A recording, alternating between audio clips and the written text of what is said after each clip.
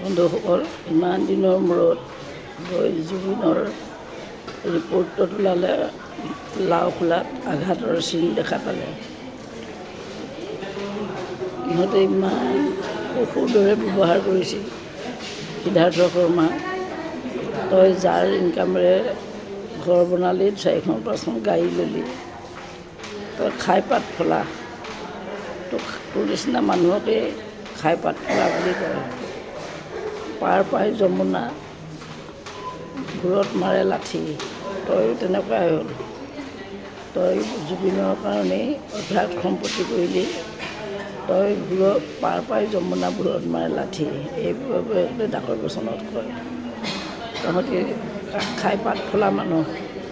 আৰু এক হৈছে এই যে শ্যামকানু মহন্ত, তই জুবিনৰ নাম লৈ লৈ নৰ্থ ইষ্ট ফেষ্টিভেল কৰ, আৰু সেই জুবিনকেই মানুহ লগাই তহঁতি মাৰ।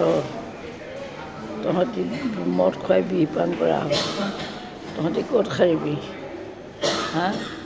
তোৰ নৰ্থ ইষ্ট ফেষ্টিভেলো গ'ল, আৰু এই নাৰীৰ সোৱাদ লোৱা জুতিটো তোৰ গ'ল আৰু এতিয়া তোৰ বাংচি ফাটিল আৰু এতিয়া আৰু বজাওঁতা নাই বোপায়। তই জুবিনৰ কান্ধত চিকাৰটো কৰিলি, কান্ধত বন্দুক থৈ। জুবিনৰ মঞ্চত কিন্তু একেবাৰে ভালকৈ চিনাকি কৰি দিয়, এয়া আমাৰ অসমৰ সম্পদ, অসমৰ গৌৰৱ। তাৰপিছত তই তলে হুল মাৰ, তলে নিগনি মেলা বুলি কয় নহয়, ওপৰতে ৰং চং, ভিতৰি কোৱা ভাতৰি, তই 1 নম্বৰ বদমাছ। ক'ত সাৰিবি? তোক চৰকাৰে নামাৰিলেও ৰাইজে তোক মাৰিবই।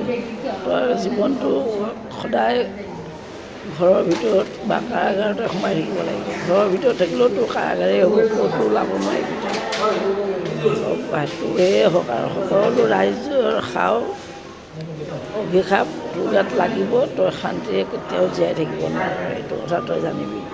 তোৰ সেই দুখে তোক পিৰি তই ঘৰৰ ভিতৰতে শুকাই মৰিবি।